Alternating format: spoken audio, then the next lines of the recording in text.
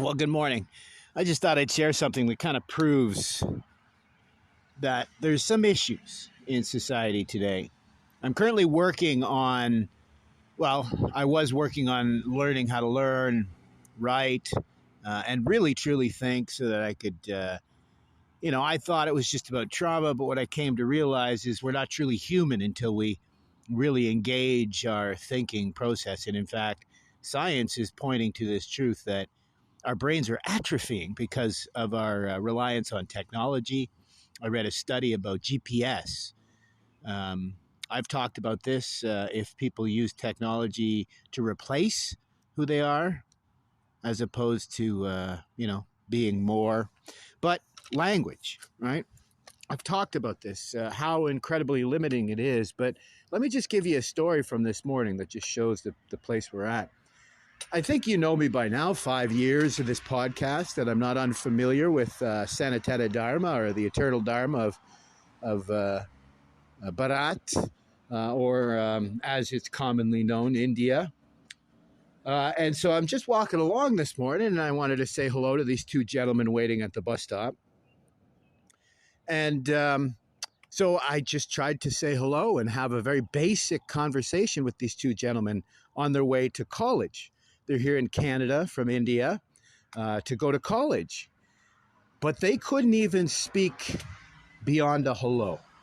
We couldn't even converse. The only words besides hello that they understood was namaskar, which is Sanskrit. It's also understood in India. So this is this learning, this education we're talking about. It's an extreme example, but we're all like this. Here's these two gentlemen who barely speak English in Canada taking post-secondary education in English, right? So there's a difference between literacy and fluency. This is the extreme example.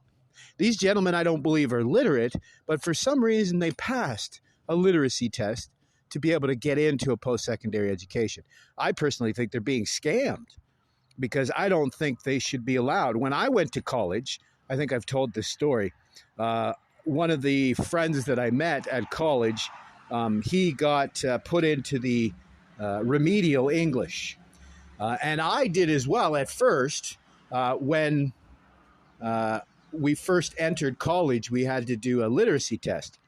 And at first, I didn't think much of it because I assumed, well, maybe because of having been instructed in mostly French for the entirety of my schooling, right? I was French immersion, but what that means is 80+% of the day was being instructed in French. I didn't speak a lot of French at school because I've talked about this before.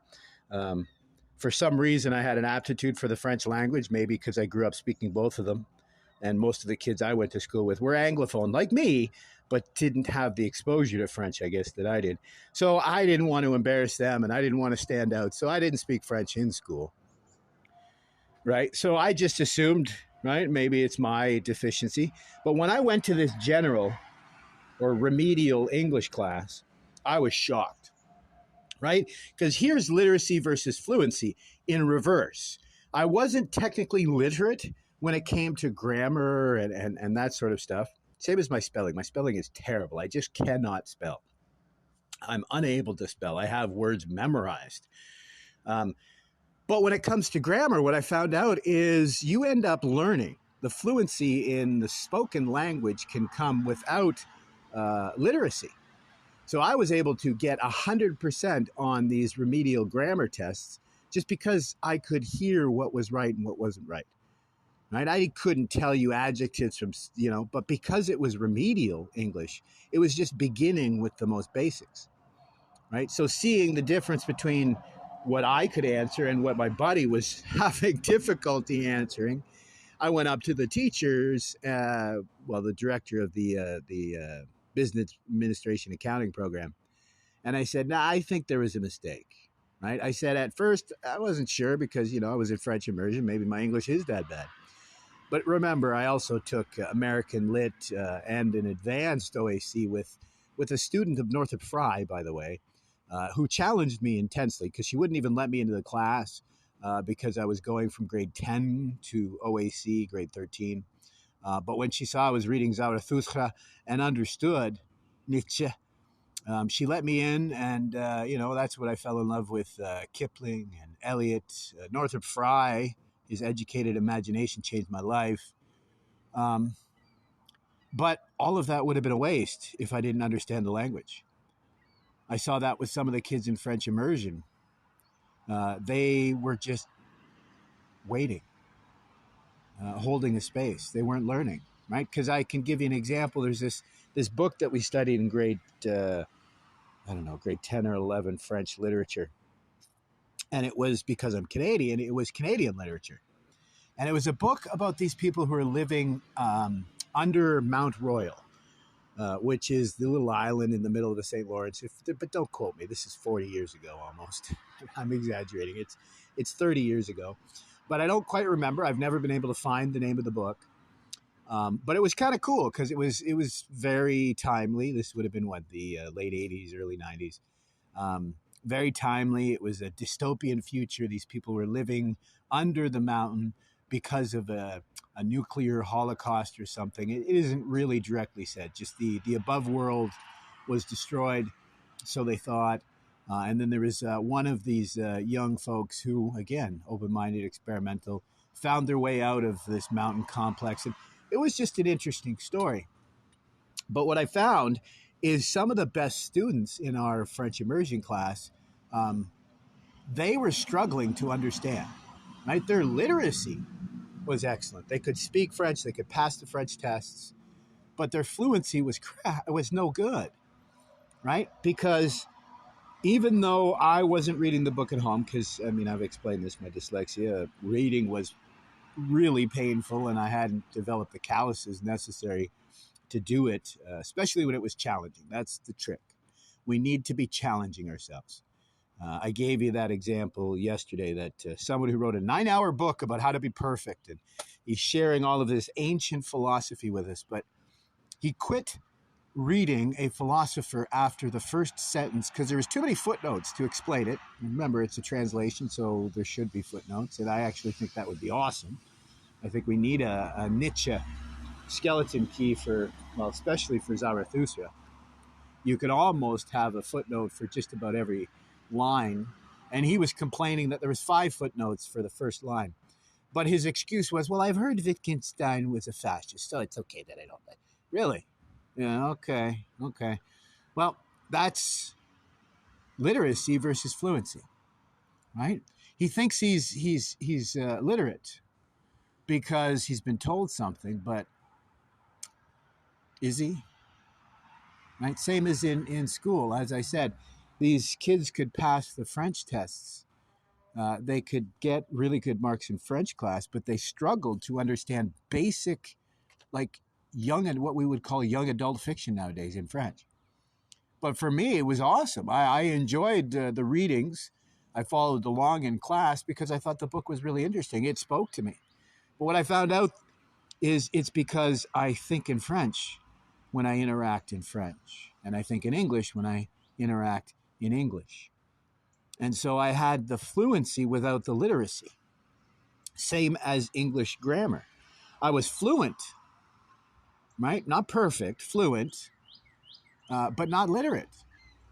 So as I said, I went up to that teacher and I'm like, maybe, but I don't think so. Like I explained to her how the one kid that I went to school with, he had, and this is what's funny, he had a French accent, but he was English because he grew up where I was born. But because I'm so fluent in English and French, I practice really hard to get rid of my French accent. You probably wouldn't notice unless you're from Ontario, because it's very specific. But I could tell where this guy was from. Zilda, Sudbury, this area. But he didn't speak any French, didn't even understand French, really. And so I saw him struggling to pass these literacy tests, these remedial English literacy tests, grammar and such. And so I explained to the teacher, I'm like, this can't be right because, I aced it, right? And so she looked it up and I got a 0. So early days of computers, right? Failed again. I've run into this my entire life. I have, but the way my name is technically spelled, it messes with computers. It always has. And so, you know, it's not a surprise to me now that it was a computer glitch, but it was a computer glitch. But the difference was fluency versus literacy, right? So because I was fluent in English, I was able to go to college and even university classes. It was a school that had both university and college. It was kind of a godsend, as they say. So because I was fluent but not literate, I was still able to learn at the school, and I learned a lot. I wasn't as successful as I could have been if I were able to demonstrate how I had learned and understood. I was able to do that, say, in the French class, like I said, because when the teacher would call on me, when the other students didn't have the answers about, say, that story I was talking about, I would get called on it. I would not only have the answers, but I would explain it in French or in English, usually in English, but I would, if they made me, I would go ahead and say it in French. So that showed my fluency, right? And arguably, that's when the teacher should have realized how severely dyslexic I was. It shouldn't have had to wait till grade 11 when I had a teacher who was dyslexic and yada, yada, yada, right? So what I'm getting at here, we have these Indian students who are being charged $40,000 and $50,000 a year. They may have passed some sort of literacy test. I doubt it, though, if they're not able to have even the most basic conversation. But they're absolutely not going to be fluent. So I argue you can be literate, but not fluent. Get into college. I don't think you're going to get out of it what you're paying for. But worse yet, technically, you'd do better if you were fluent but not literate. It's funny that I ran into that this morning, how it's evolving, this idea of literacy versus fluency. And I should probably expand on this a little further. It's not well understood, it seems, because this is the reverse of what I've been reading. I've been reading a lot about how people get literate but not fluent. But I guess because there aren't a lot of disabled people who have overcome this belief that we're unable to learned, and now are able to explain their situation, their experience, right? As I said, I'm the reverse, right? I was fluent but not literate, right? So I wonder what sort of future we're setting up if on one side we have individuals who may be literate but they're not fluent, right? So they can read a book, they can read instructions, but they are challenged to explain what it means, what it's saying, fluency. And then on the other side now we have this globalist attempt to make us a one giant global village, as Marshall McLuhan mentioned. But if we're barely literate and not at all fluent, we're just talking at each other, not to each other. Right? So I argue again, the secret isn't what I used to think, meditation or mindfulness or what the Greeks called know thyself. It's not about healing your trauma. It's not about changing your diet. It really is about learning to think, learning to be who you are, who you truly are. Right? So if we've gotten to the point where we've given up on teaching kids difficult things because they're difficult, have we given up on our humanity itself? I mean, that's my question. If we stop challenging ourselves and each other, is it not just technology that's causing us to atrophy, but ourselves? I mean, arguably after 20 years of arguing about our education system and what needs to be reformed, is it too late?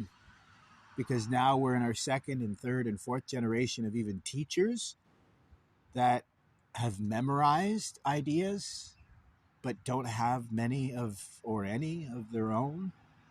I see this all the time. It's sad too, because I was just listening to a professor about 10, 15 years ago, recorded, and he was saying that it was rare for him to find, when his students first started writing, an idea of their own, a unique idea. fast forward to today when I'm reading these theses, these papers, it seems to have literally no good ideas. Like what I mean is if 20 years ago you could read a paper and struggle to find a few little tidbits. As I said, almost any philosopher might have some good ideas. Doesn't mean you throw them all out if they are overall abhorrent or mostly wrong. You could still glean some insight from almost anything, right?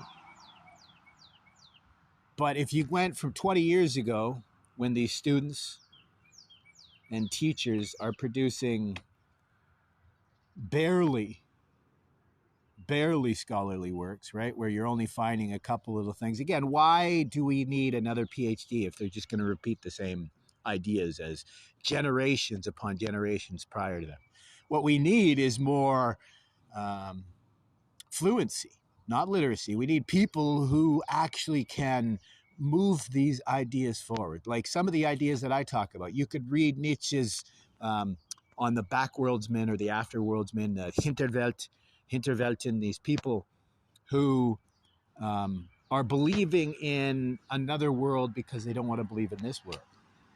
Well, my crazy idea is because Nietzsche is the way he is and everything he writes is multi-layered, I think what he's saying is not that the belief in the between worlds is the problem. It's the fact that there are people who say they believe in the between worlds. Maybe they even do, but they don't believe in this world. What we need is people who believe in all worlds, right? So literacy versus fluency, right? Literate, these people understand that there is a between world. We are a meta being, but they never engage that meta beingness. Fluency is being able to carry these truths into daily life. And, well, as I said, by engaging these powers, by challenging ourselves, we grow. And if we don't, we atrophy. I said this probably a couple years ago when I began listening to David Goggins. See, there's a little tidbit for you right there. If you take nothing from Goggins except for this simple truth, well, a couple things. Motivation ain't going to get you nowhere. That's just the start, right? What you need to do is have a process. And that main process is just don't listen to your own BS. But the main takeaway is if you aren't growing, you're atrophying. So if you're not getting better, you're getting worse. If you're not getting faster, you're getting slower. If you're not getting stronger, you're getting weaker. If you're not getting smarter, you know the rest. So what we've gone and done is we've gone away from the truth that it is difficult to learn and become better than your previous self. But we've come to this point where we've given up on even teaching that truth. We've foregone our humanity. And here I was thinking it was technology when in reality we could get rid of all the technology and we'll still be in the same place because we're willingly giving up on our potential.